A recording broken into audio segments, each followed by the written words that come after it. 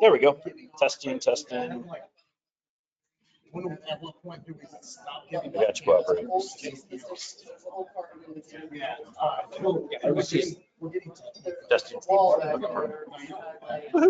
studies have shown that you start seeing.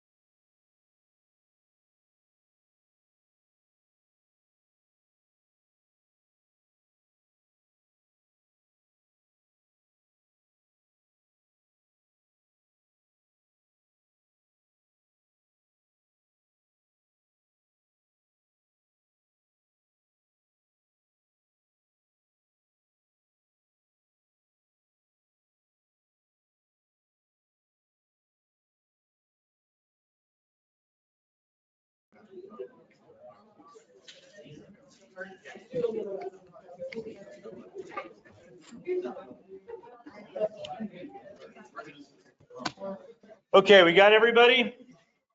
Fantastic. So I'm going to go over drug assisted airway management, or DAAM, or AM.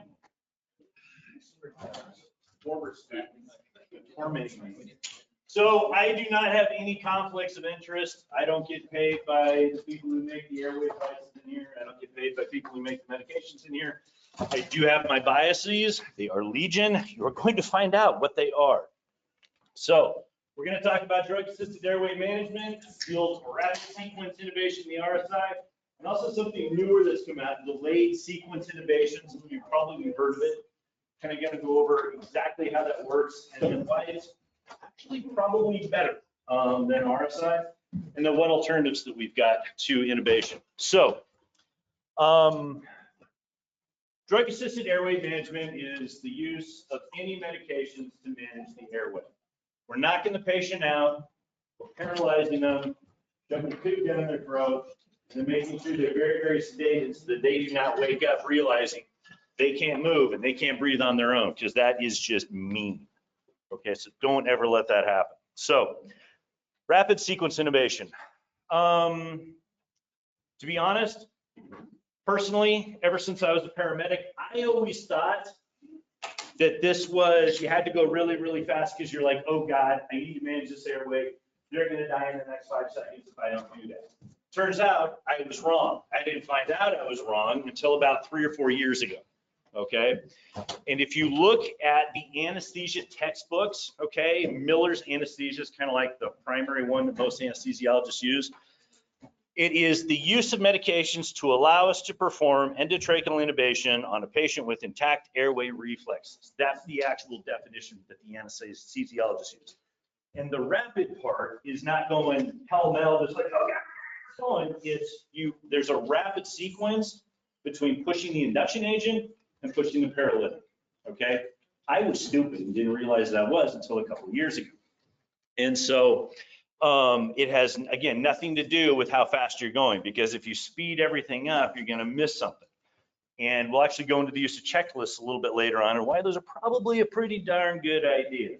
Pilots use them, surgeons use them. We should probably be using them as well. The delayed sequence, on the other hand, is you're actually standing back, taking a little bit of time between pushing the sedative, which in DSI has to be ketamine, okay, because you're going to knock the patient out, but it allows them to keep breathing, and then waiting, at least 3 minutes before then you give the paralytic. So there's a guy named Jeff Jarvis out of Texas who kind of did this before and after study, and they implemented what they call a care bundle, where they optimize the patient's hemodynamics, including their blood pressure and their SpO2 before just automatically giving the paralytic. And what they found is that before they implemented this bundle, their rate of peri-intubation hypoxia, which is any hypoxic event as they define is under 90%. About 5 minutes before you started the process to about 5 to 10 minutes after you stop the process, meaning they got the tube, they're sedated, they're packaged, they're ready to go to the hospital. The peri-intubation hypoxia rate was 44% in the regular usual care group. After they implemented this bundle, it went down to 3.5%. Clackamas Fire, a friend of mine, John Turner, is their medical director. Oh, that's not good. There you go.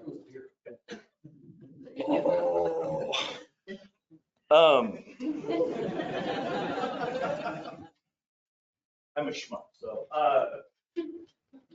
they've actually found even lower rates of hypoxia on their internal data. Now, take from that what you will believe, because I don't have access to that data.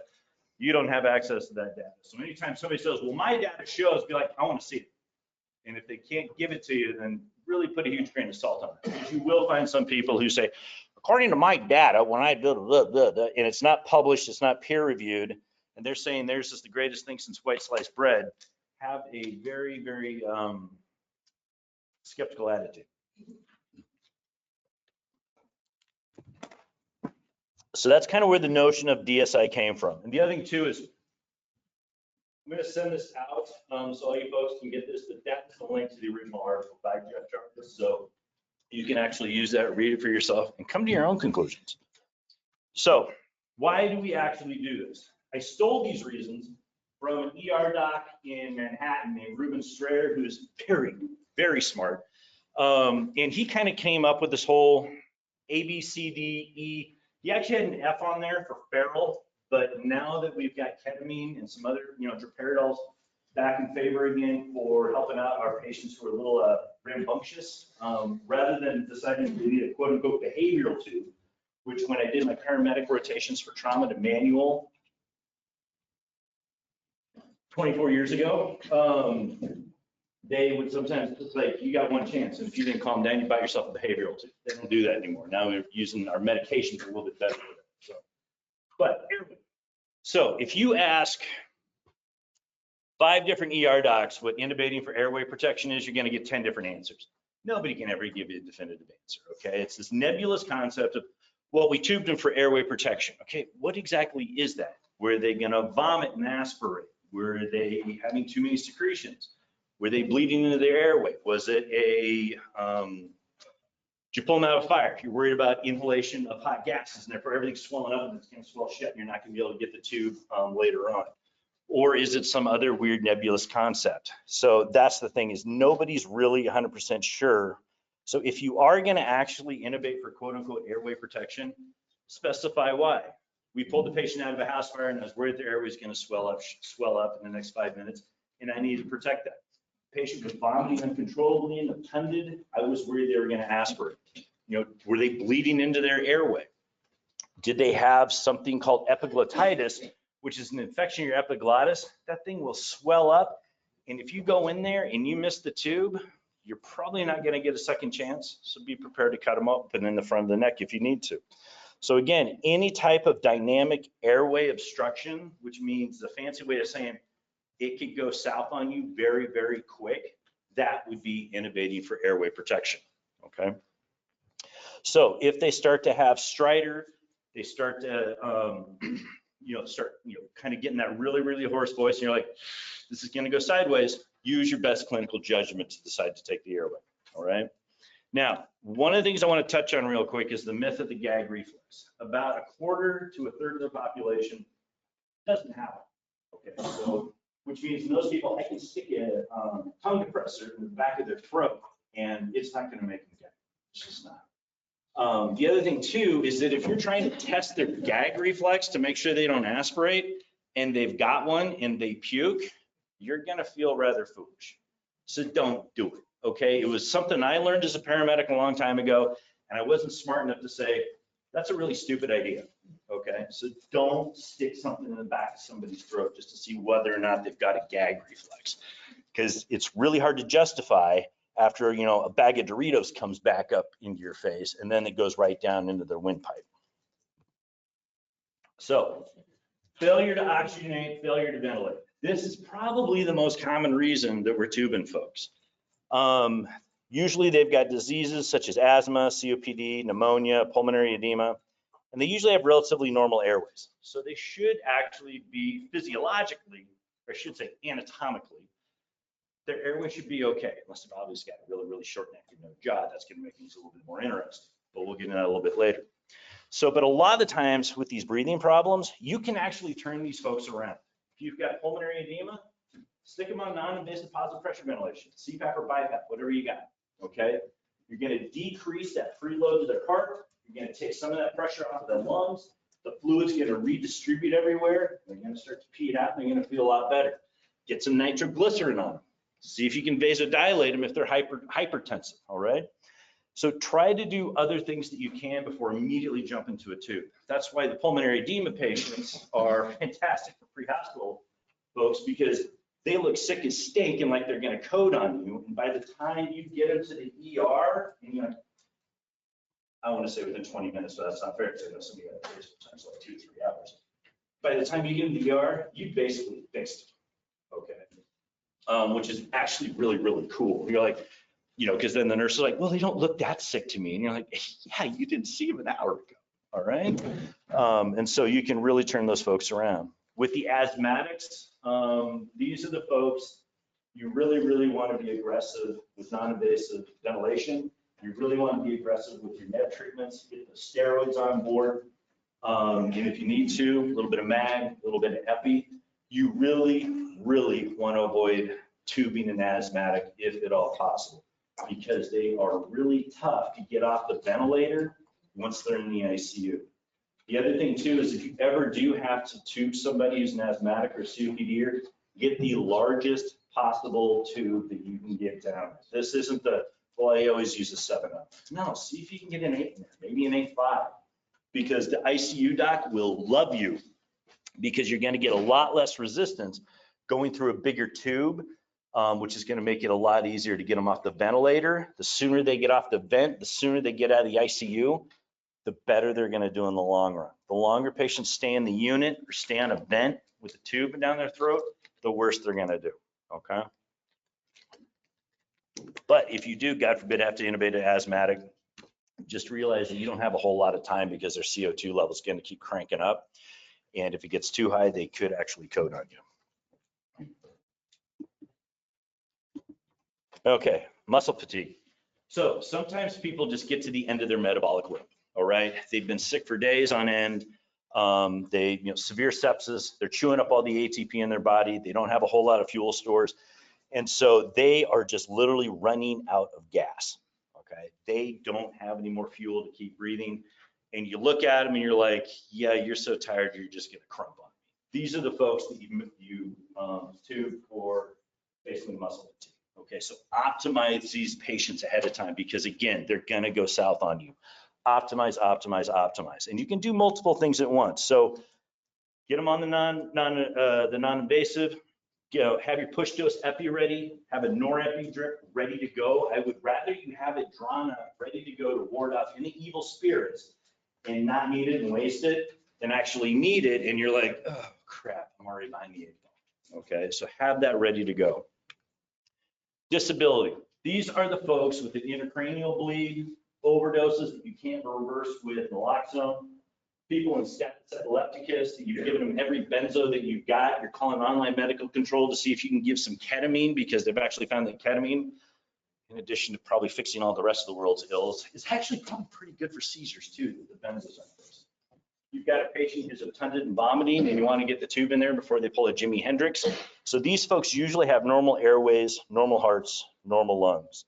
And then you really, really want to focus on brain protection, particularly with any instance of a traumatic brain injury where you're worried about bleeding in the head. And we'll go over that later, okay? It's what we call the TBI, the H-bombs of TBI. And then expected course. So this is what we're kind of going over in the, the airway protection section. You might worry about an airway burn. Do they have an expanding hematoma in their neck? Okay, did they get shot or stabbed, any type of penetrating trauma in the neck? And so that can change things very, very quickly, that dynamic airway that we were talking about. And your best chance might be literally right now, so let's go. Rather than being like, I'm gonna kind of sit on this for a little while. So if you're really not sure, get the line. Start pre-oxygenating. Get your medications drawn up. Get everything ready to go. And then once you have everything ready to go, reassess the patient again. Are they staying the same, getting worse? Are they getting better? If they're getting better, maybe you don't need to shove that tube down there. But if they're staying the same, that little voice in the back of your head's like, this is gonna go south, listen to it, okay? Make sure you're prepared to take care of that airway because once you paralyze that patient, you are responsible for it, okay? I remember the first time I had to RSI somebody in the back of a medic, I was by myself. I didn't get a chance to do one during my internship. I didn't get a chance to do one when I was getting precepted to work independently. Within a few months after being on my own, I got myself an ET basic, and I've got to RSI this guy. And it's kind of like, oh, I'm going to go change my brown pants now. And so just ask yourself, will paralyzing this patient and taking away their ability to breathe help them? All right. It's not an easy answer. It's not supposed to be, okay? But that's the job. All right. So just kind of, be confident. Don't be arrogant. You don't need to be a cowboy or a cowgirl. Just have a healthy dose of fear. All right. And just realize that, yeah, I'm going to take away their ability to breathe and I need to be able to manage it if I can't get that tube. Can I bag them? Can I put a supraglottic airway in? If none of that's working, I can't oxygenate and I can't ventilate, I got to call a hole in the front of the neck. All right. I got to cut down to air so that I can make sure that I'm breathing for them. And so when people kind of do, this whole, oh, well, you didn't get the tube, so therefore you had to do X, Y, and Z. It's like, yeah, I could. And you know what happened? The patient lived. They did not end up with an anoxic brain injury. The only time you fail is if you don't have those contingencies in plan or in place, and the patient ends up with an anoxic brain injury, they start turning into a bit of a cabbage, or they die. That's where you fail, all right? So don't ever let anybody say that you failed because you had to go to a supraglottic or that you had to go to a surgical airway. That's not failure. Letting them getting hypoxic and not doing anything about it because you didn't plan ahead, that's the failure, all right? It's a very distinct contrast there. Okay, so let's look at tubing patients in cardiac arrest. So there's something called the CAM trial, came out in 2018, done out of France, and it was BDM versus intubation during cardiac arrest. And they didn't really notice much of a difference in favorable neurological outcome in 28 days, okay? Almost the same. So if you are coding somebody and you're like, oh, you got to get the tube right away, you got a little bit of time, all right? It's not going to make much of a difference if you bag the patient or if you tube, okay? And so the other thing too is do not interrupt chest compressions to get a tube. Don't, period, end of story. Those chest compressions are actually helping. Getting the tube, not so much, all right?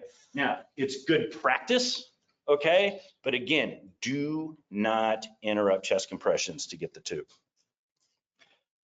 There's another one, the PART trial. This one was done partially in the United States, and they looked at 72-hour survival rates. Not a whole lot of difference between the two, and not a whole lot of difference in neurological discharge at their neurological exam time of discharge. However, you'll notice that the first pass success rate with the laryngeal tube, basically like a King Airway, which I'm not the most thrilled about those things for a variety of reasons, was 90%. First pass success rate on an endotracheal tube was 51%. We're not as good at this as we think we are. All of the previous studies were showing like 75 to 85% in the field, but that was all self-reported data. This was actually collected independently and much more objectively and showing that maybe we're not quite as good at gravity tubes stuff. And then you also had an increase in the adverse outcome rate too. And then there's the Airways 2 trial done out of England. This was looking at an iGel, okay, versus an ET tube. Favorable neurological discharge, neurological status of discharge was about the same. Initial success rate, a little bit better with the iGel. So essentially, I'm giving you these 3 trials to show that it's kind of dealer's choice how you want to manage the airway. A BLS airway in a code is going to work just as well as an ALS airway, okay, across the board.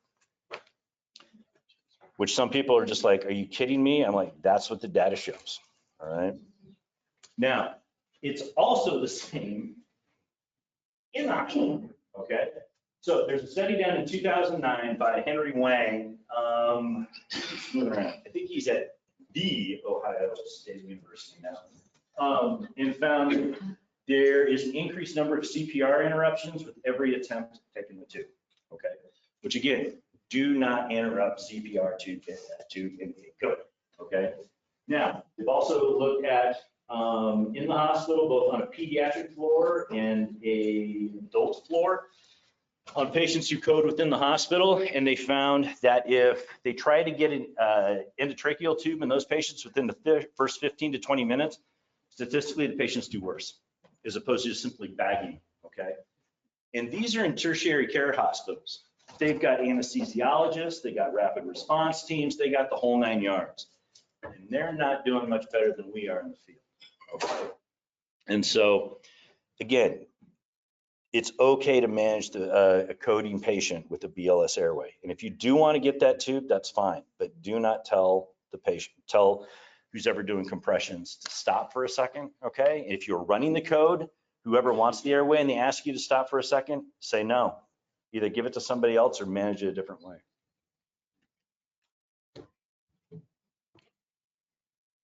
Special populations, kids, and then traumatic brain injuries. So there's a landmark trial done in year 2000 by Marion Gaucher Hill out of San Diego, where they randomized kids to either getting bagged to the hospital or getting a tube. And they found no difference between the two at all. Okay? They also found that through a retrospective analysis back in 2016, that paramedics only get about one pediatric tube per 2,200 EMS responses, okay? So there's some paramedics that are never gonna get one in their entire career, all right? So just be aware that you're not getting quite the numbers that you probably should. Now, in an ideal world, we would be able to get all the paramedics in the state through all the hospitals to do pediatric innovation so that you could practice. The trick is getting into the tonsillectomy room because they just crank through those things, okay? And getting in there and getting those tubes to practice. Some places will use like a cat lab, get a really big fat, like 20-pound cat, give them a little kitty ketamine, and then you go in there and you start tubing the cat left and right because the airway is very, very similar to that of an infant. State of New Mexico actually took away the ability for paramedics to intubate patients under the age of 18. They just basically bag them or use a supraglottic airway. They thought they were going to have a ton of pushback from the medics. It turns out the medics didn't push back that much. They were actually like, thanks, we actually didn't want to have to tube kids. And they haven't noticed any change, any like adverse effect in survival rates. A good friend of mine is actually the medical director for Albuquerque Ambulance. Again, unpublished data at this point, but. And then traumatic brain injury. So there's a study that came out in 2003 by Barry Dunford, and he looked at what he calls the 3 H bombs of traumatic brain injury: hypoxia, hypotension, and hyperventilation. One episode of an SpO2 less than 90% doubles mortality in a traumatic brain injury, okay? A single episode of solid blood pressure less than 90 in anybody 10 years or older doubles mortality. And then if you hyperventilate, okay, if you get down to below 30 just once, you're going to double the mortality. There's certain studies that show you may even increase it by a factor of 6. Excuse me. So when you tube your traumatic brain injury and you're going to the hospital or you're waiting for the lifeline to show up with their vent, this is where you don't put the brand new person on the bag. Okay? You might need to take the bag. If for whatever reason you can't and you've got someone new, that's where you need to be like, Bob, I need you to talk this through with me, okay? We're gonna go 1, 1,000, 2, 1,000, 3, 1,000, 4, 1,000, 5, 1,000. Breathe. 1, 1,000. See where I'm going with this? And you need to tell Bob that he needs to do that every single breath and that you need to make sure that you're listening to that. Otherwise, it's going to be, you're going to hyperventilate the patient and you're going to make things worse. Okay, so use that, use a timer, but double check it. This is not just something that you kind of fire and forget. Constantly check that and check your waveform end title on these folks. So the most difficult step whenever you're going to intubate somebody is actually making the decision. Everything else is just skills, okay? The hardest part is actually using your clinical judgment as a medic to decide, am I going to give paralytics, take away this patient's ability to breathe, and now I'm responsible for it.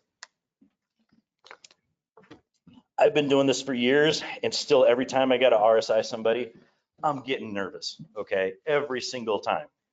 And so it's not something that I ever take lightly, and neither should anybody else. So one of my favorite quotes is from General Bohrer of the Corps, and he said, amateurs think strategy, professionals think logistics. How am I going to make this work? Okay. There's plenty of things in textbooks that say, well, you just do A, B, and C.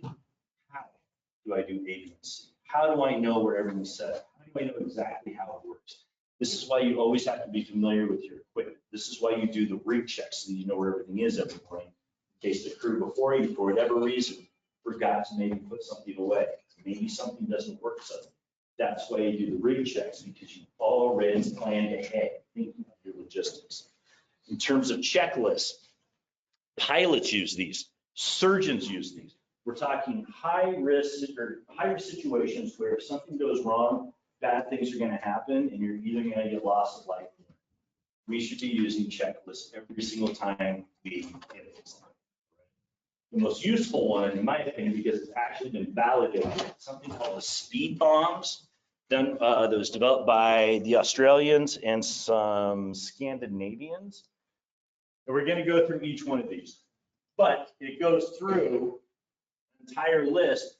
And what it is, it's like a call and response. So the person who's actually in charge of the airway will go suction. I've got 2 working suction units. There's an affirmative positive, and then you move to the next one. If that affirmative positive does not happen, you stop until it's fixed, okay, until it's done. Then you move on to the next step. The problem is that, well, we'll get to that in a second. No, you won't. You'll forget. We're all humans, the way our brains work. And then you're going to get way deep into the weeds and realize, oh, yikes, the suction's not working, okay?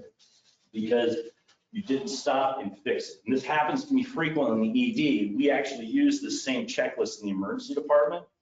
And I'll be like, okay, we have 2 suction units. And the nurse will be like, well, we got 1, it's set up. Nope, we're going to stop, get the other one set up too. I want to make sure it's ready to go. And they get that going too. All right, so again, make sure that every time you go through one of these boxes, that it's done before you move to the next one. Otherwise, it's going to get forgotten. Suction.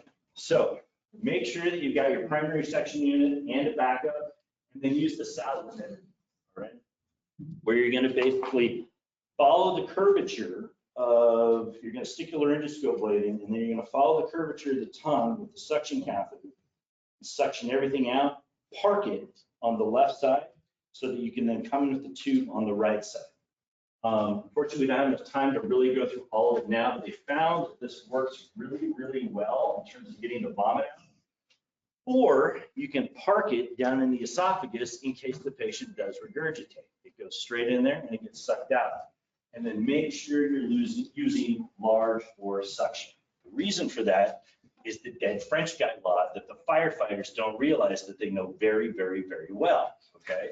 So what this is this is fluid through a pipe. A pipe could be a hose, for example. It could be an endotracheal tube, it could be an IV, or it could be the suction tubing that you use. The delta P is the change in pressure from one end of the pipe to the other end of the pipe. And then you got A times mu, which is like a viscosity, whatever. Q is some type of, that I'm not really sure what it is, and it doesn't really matter for us. And then L is the length of the pipe, but where it really matters is pi times the radius to the 4th power. All right, so that means small differences in the size of whatever pipe that you're using, you can put a heck of a lot more fluid through that, which is why I'm telling you the firefighters know this very, very well. If you ask me to compare, how much water can I put on that house fire using different size hoses? Again, they may not have derived the original, dead French guy law. But they know that very, very well. So that's why it always drives me batty when nurses are telling you, oh, well, you can use just as much fluid through a 20 gauge as you can through an 18 gauge. No, you can't, all right? Because of physics. So anytime somebody says that, you can be like, physics. Same thing if you've got that patient, that asthmatic, you're trying to get a bigger tube into them because, again, you're going to be able to get way more air through a larger tube. You're going to get better laminar flow and less turbulence. You're going to be able to ventilate them a lot better. Sorry. Mu is the viscosity of the fluid and Q is the flow rate. So this is the salad technique.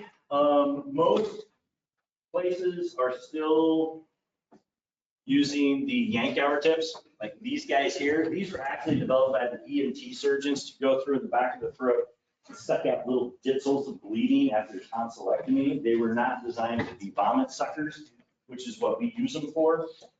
However, this is one of the things that drives me nuts is a guy named Dr. Ducantu, who's an anesthesiologist, like, why don't we have larger suction catheters? And so he went and made one, and he's now retired, making a lot of money because he saw a very obvious thing and nobody else saw it. And like, yeah, that sounds like a good idea. And it is. Now, again, I do not get any money from Ducantu. I don't have any stock in Ducantu whatsoever. I just think it's kind of a cool idea. So let me show you. It doesn't have the what? Yeah, because you don't really need it. So What this is the Ducantu with both the tip and the section's a larger bore versus a Ducantu tip with the normal section that you see most places. This is just your generic yank out with a regular tubing. Watch how fast these things go.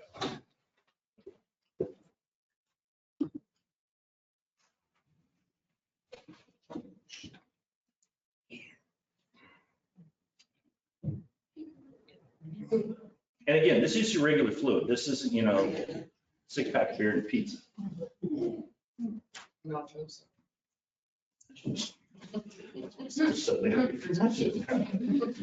So this took 6 seconds, all right? This took 12, this took 16.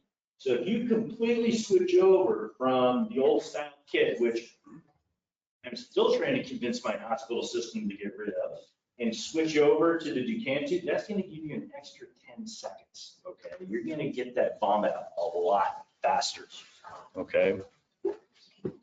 Because, well, physics. So positioning, if at all, try to get the patient up to at least 20, if not 30 degrees, okay? They've done a couple of studies, and that's why you want it, if you can, if at all possible, always get the patient on your gurney before you tube, okay? It's gonna give you way more options. Yeah, it sounds really, really cool if you gotta intubate somebody, upside down in the ditch in the mud, or, jammed in between the bed and the wall in some porterhouse or something like that. But if it's all possible, get them onto your gurney, okay? Because it's gonna give you way more room to work. I'm not saying you gotta do it on the gurney in the back of the medic, but at least get them on their gurney in, the living room, whatever, where you can have multiple people around the patient, and then you can be at the head of the bed. You can move the gurney up and down however you need to. It's gonna make your life a lot easier. Plus, you can get the head of the bed up to about 20 or 30 degrees. So there was a study done by an anesthesiologist named Lane who found that if heads up, okay, so what they did is they took these patients in the operating room, knocked them out, and then paralyzed them. And they saw how long it took them to go from 100% oxygenation down to 95%. It took over 6 minutes for this patient to drop down to 95%. If they're flattened, it took a little over 4 minutes to drop. So just simply positioning the patient is going to give you way more leeway. If you get in there and you're like, it's a little bit weirder than you were expecting. Another anesthesiologist by the name of Ramkumar also did the same thing. Sat them up, found it went a lot better. And fluffier patients with a BMI over 35, again, it's going to give you more time. BMI over 40, pretty fluffy. That's going to give you more time too than if you lay them flat, okay? Now, everybody talks about the modified Malampati because it was developed by the anesthesiologists, and they really like to keep a stranglehold on all things airway. However, when you really look at the literature, about 90 to 91% of all the airway literature out there is done in the operating room, okay? Which sometimes EMS can use correlations to that, but not always. Only about, I think, 3.8% of all the airway literature in the medical literature is actually related to airway, managing the airway in the EMS environment. And so everybody gets taught the modified Malampati, open your mouth, see what you can see back there. The problem is that if you got a patient and you're really, really worried about their airway, are they going to be able to cooperate with this? So it's kind of useless, right? Yeah. Okay. So what you really want to measure is the difference between their chin and their thyroid, okay? Which is basically from here to here, what they call the thyroid mental, because for whatever reason in the anatomy textbook, anything to do with your chin is mental, not up here, but it's actually here. Does anybody have a pair of Leatherman Raptors on them right now?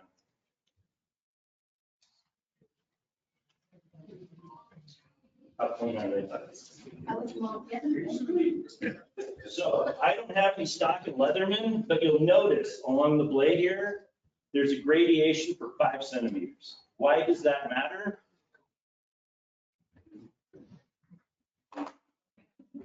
If this is more than 5 centimeters or more, it's going to be a lot. Do you need these back?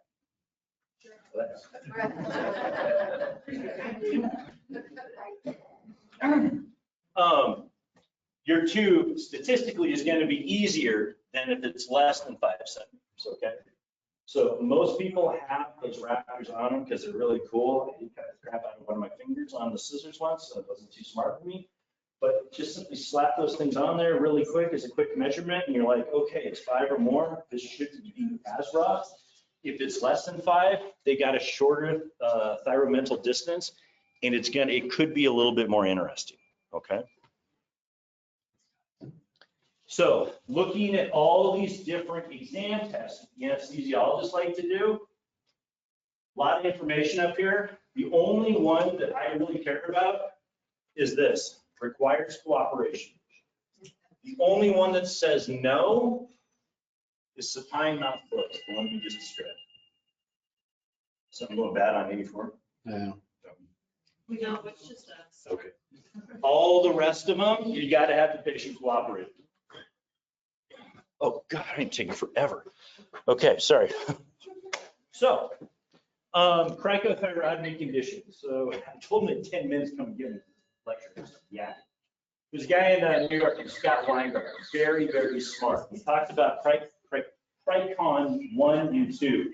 What that means is anytime you're going to intubate somebody, first thing you need to do is find the cricothyroid membrane, take a Sharpie. That tip, by the way, is sterile with the amount of alcohol in there.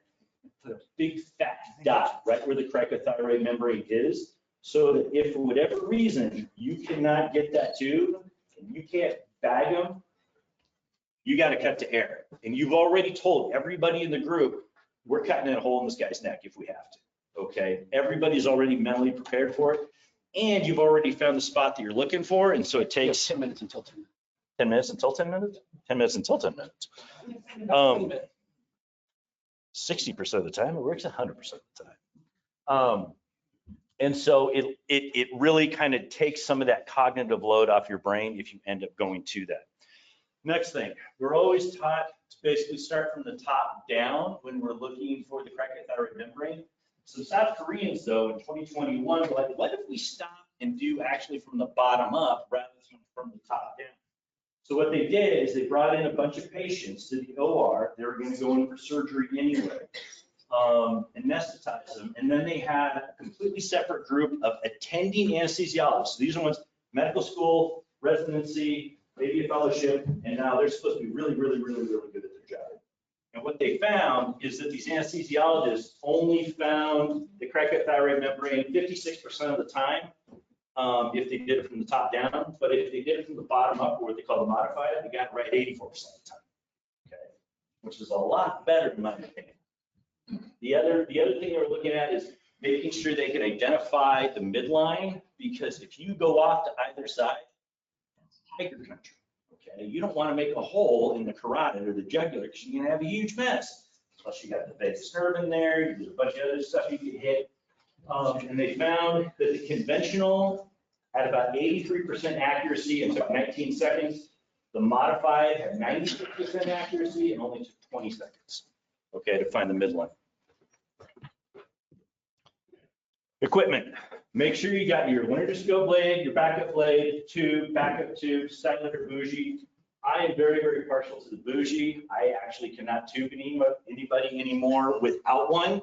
If somebody loads up a stylet, I'm like, you got to take that thing out. I can't use that just because I haven't in forever. And the one thing I like about the bougie is if I go in there and I see the cords, I slide the bougie in, very down the carina, but if my SpO2 is dropping too fast, they can fold the other end of the bougie over the side of their face, put the BVM back on, and bag them back up for the next couple of minutes. And then once their SpO2 is back up and steady, go back in there, and I already know where the cords are, okay? Because of course, stick the bougie through there, and then just railroad tube over. The other nice thing about that too is I can get in there and I can realize, oh, I could probably get an 8.5 or a 9 in there without any problem whatsoever. Or that's a lot tighter than I was expecting. I'm going to need a slightly smaller tube so I don't rip the vocal cord off. Okay, that's the other nice thing about the bougie is it gives you more and more options. Plus, they found increased success rates on a couple of different studies using the bougie versus just a regular stylet. And so there's a study in the Journal of the American Medical Association, which is one of the big 3 medical journals out there. And then also handles emergency medicine, which is big emergency medicine one as well. Again, both showing improved techniques, especially with DL, but even better with video laryngoscopy. Okay, so if you're using video, you really probably should think about using a bougie. And there's different variations too. I know there's some folks out there selling some stuff. They've got the regular blue one, they've got the rigid one, they've got another one that moves around all over the place. Next thing, you want to use waveform capnography to confirm the tube. Okay, those colorimetric ones are pieces of junk. They're a joke, they're a toy, throw them out. You need waveform. Okay, do not trust colorimetric ones, because if it starts to look like this, you're in the goose. All right. If it's completely flat and you don't see anything, you've got a major leak somewhere, and I mean big, because you're not getting anything. And then that way you can also see what the waveform looks like. If it looks like a shark fin, what's that mean? If it what? Constriction, yeah, reactive airway disease. Okay, so it can give you a lot more information than those piece of junk color ones. If you don't have it, start harassing your agency and your medical director to get it. Okay, so nobody should ever be doing any type of treatment with like lidocaine or atropine anymore. It never works. It's never worked. Don't. It's a waste. We're also going to go over peri-intubation station, paralytics, and then making sure that the patient is sedated afterwards. So, sorry, I have to speed up. Too slow. Rocuronium versus succinylcholine. Always the eternal debate. Personally, I prefer rocuronium because if they're paralyzed, I want them to stay paralyzed, and I want some really good muscle relaxation so I can get in at the tube. And if for whatever reason I can't tube them, I can't bag them, or with either BBM or with a super-light airway, and I got to do a cricothyrotomy, do I really want them moving around if I have to do that? That's why I like rocuronium. Okay.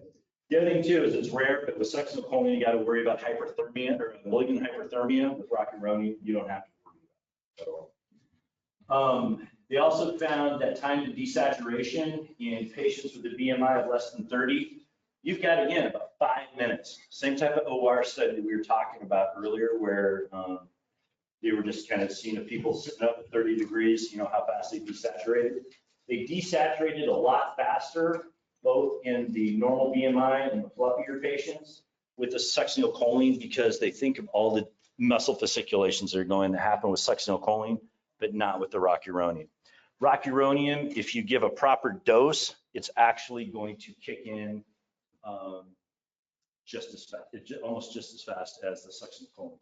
Now, one of the things I can't remember if I've got a slide here later on that I teach my students is if you're going to give rocuronium, the classical teaching is 0.6 to 1.2 milligrams per kilogram. All right. There was a study done in 2000 looking at, they did what's called a logistical regression model. And they're like, what's the actual optimum dose for rocuronium for really, really good muscle relaxation paralysis? Turns out it's 2.2 milligrams per kilogram. So we're actually probably underdosing our paralytics. So every time I tube somebody, you're getting 2 ketamine, 2 per kilo ketamine, 2 per kilo of rocuronium. And that's going to make you very comfortable, very paralyzed. And what happens if I give too much paralytic? What happens? They're going to start breathing anyway. Yeah, they're going to stay paralyzed longer. So if I give them just same with ketamine. If I give too much ketamine, what happens? They're going to stay on Mars for a longer period of time. Okay. And so that way I'm going to make sure that they are very comfortable and not aware. So backup. You want to have a primary, you want to have a backup plan, and you want to have a rescue plan. Primary is usually going to be an endotracheal tube. Backup is either going to be a supraglottic airway, you're going to back the patient, and then rescue is going to be surgical airway. So make sure you plan for every single one of those contingencies, okay? Oxygenation, you all remember the oxygen dissociation curve. You really, really, really want to stay above 90. Okay, so about 90 right there is where you suddenly fall off. And once you fall off this cliff, you drop really, really fast. Okay, we've all seen the patient where it's all of a sudden it's like 92, 90, 87, 83, 79, 72, 63, and it suddenly starts dropping really, really fast. That's what this part of the curve is. Okay, you really don't want to get them down there because you're going to have worse outcomes. So when you pre-oxygenate, every single patient gets a nasal cannula at 15 liters per minute, all right? Or as much as that thing can take. And the reason is for apneic oxygenation, which we'll go into a second. You also then want to put a non-rebreather or a BBM with a PEEP valve on it at 25 liters per minute over their face to, again, pre-oxygenate. We breathe in about 79% nitrogen. I want all of that out of the lungs. Okay, I want to turn these two things right here into a pair of oxygen tanks. So turn the lungs into a pair of oxygen tanks, get all that nitrogen out, flush it out, and then optimize your positioning. Or you can do something where they look at the pre-oxy trial, okay? This just came out last year, and what they did is all these patients were going to be intubated, and what they did is they were like, okay, are we gonna pre-oxygenate with non-invasive, or are we gonna use a non-rebreather or BDM? And their endpoint was a hypoxia rate of less than 85%, which is pretty, I wouldn't wanna get below 90, but that's me. And what they found is that the hypoxia rate for non-invasive was 9.1%, non-rebreather was 18.5. Okay, a lot of agencies are gonna start switching over this once we figure the logistics out.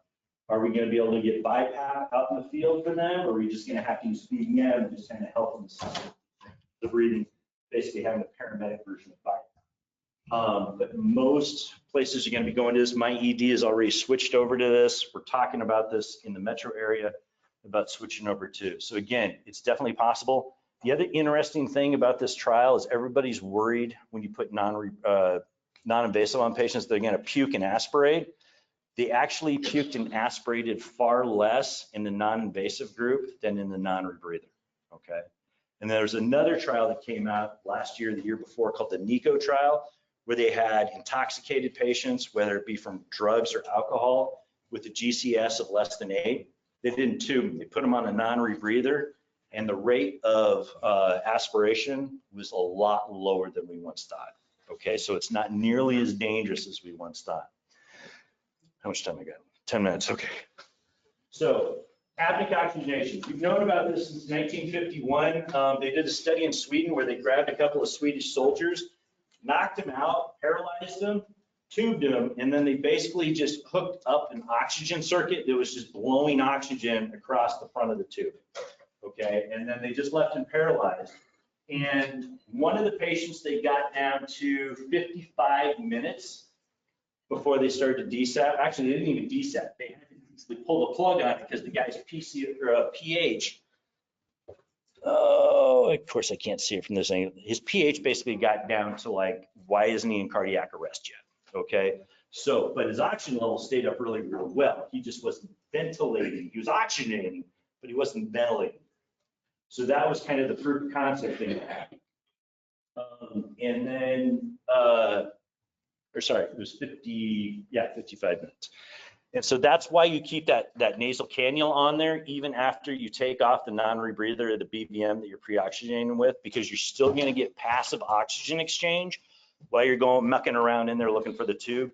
Keep that nasal cannula on there, keep it on at 15 liters per minute. Now, the setup I'm talking about is going to get really noisy and you're going to chew through a lot of oxygen. So make sure you check your oxygen bottles before you go on shift, okay? Because if you do use this, you might have to switch them out towards after you do this. Monitoring, make sure you've got heart rate, SpO2, cycling the BP for every 3 minutes, and then waveform, and then the briefing, okay? Because you do not want to get to threat con Elmo when everything goes down sideways. Make sure everybody knows what their roles are, verbalize what your plan is, verify that everybody knows what their role is, if they understand the plan, and then make sure you're properly prepared for everything. So RSI versus DSI. Is the patient stable? Okay, so tubing hypoxic patients or who are hypotensive rarely works out well. Okay, so optimize our hemodynamics. You want to have a target goal of an SpO2 of greater than 100 millimeters of mercury, and you want to keep their SpO2 above 94% for 3 minutes.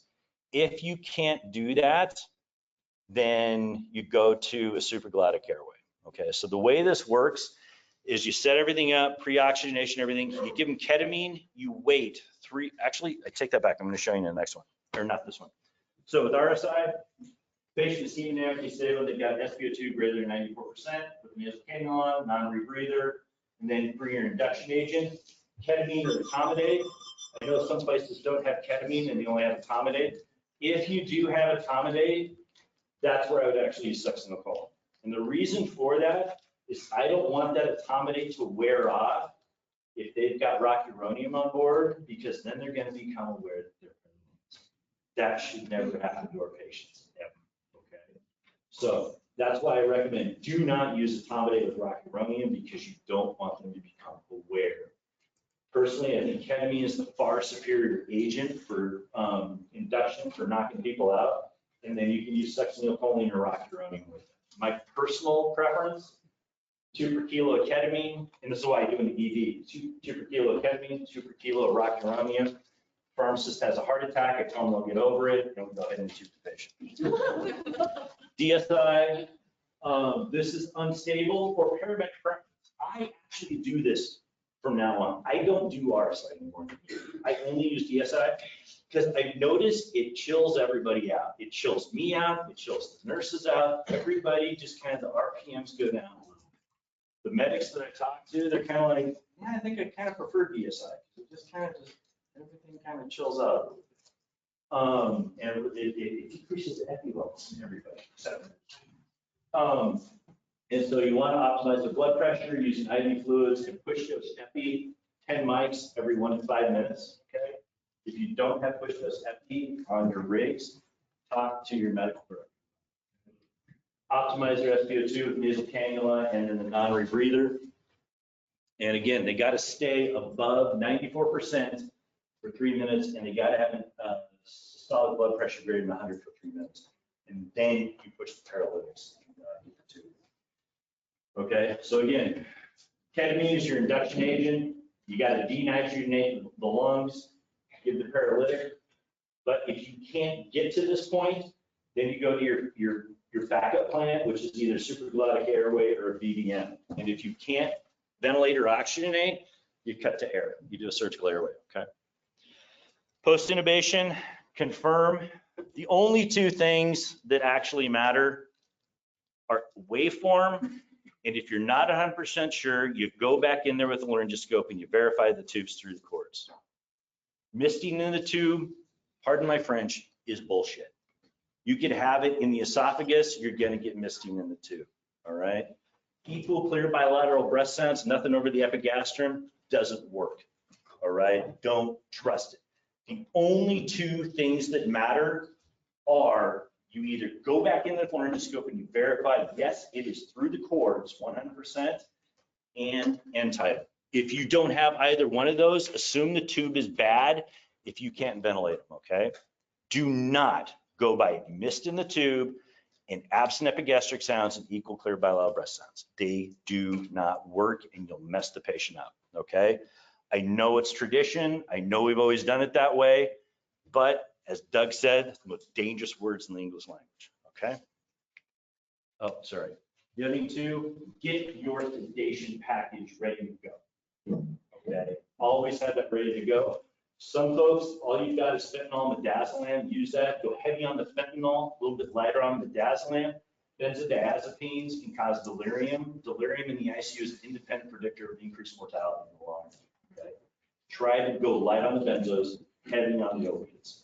Get them very, very, very comfortable, okay? And just enough midazolam so they're not really sure what the heck's going on.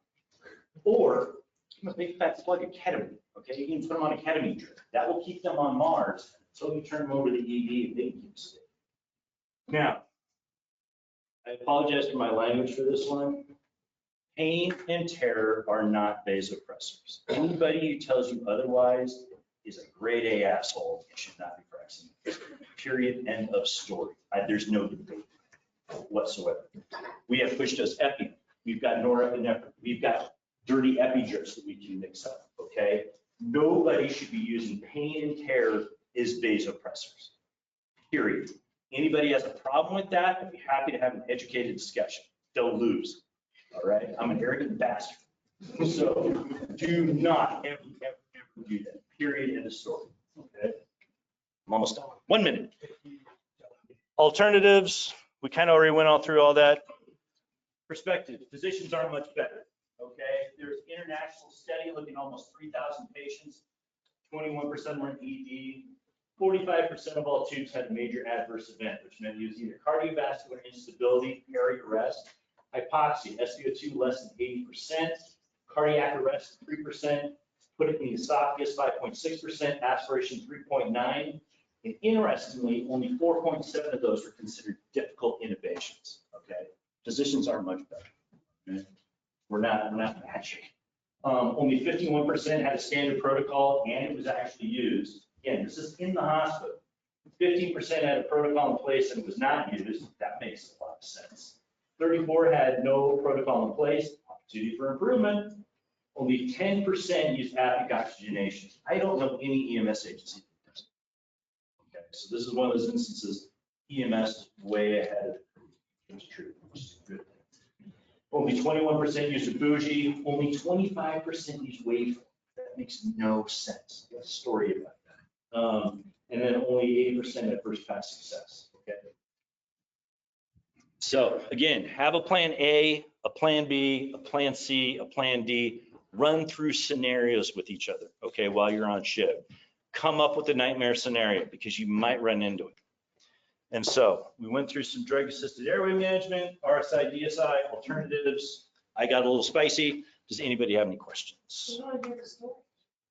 So I did my fellowship at Yale, Ivy League, hoity-toity, whatever. And I loved it, absolutely loved it there. But the first time I had to tube a patient in the ED, the respiratory therapist was getting one of those little colorimetric things out and getting ready to put it on the tube. And I had trained up in Hartford and I was a paramedic beforehand. I was like, what are you doing? Because the other interesting thing is all the paramedics in New Haven had been using N-Title for the previous 10 years. But it hadn't worked its way up to the Ivy League level 1 yet.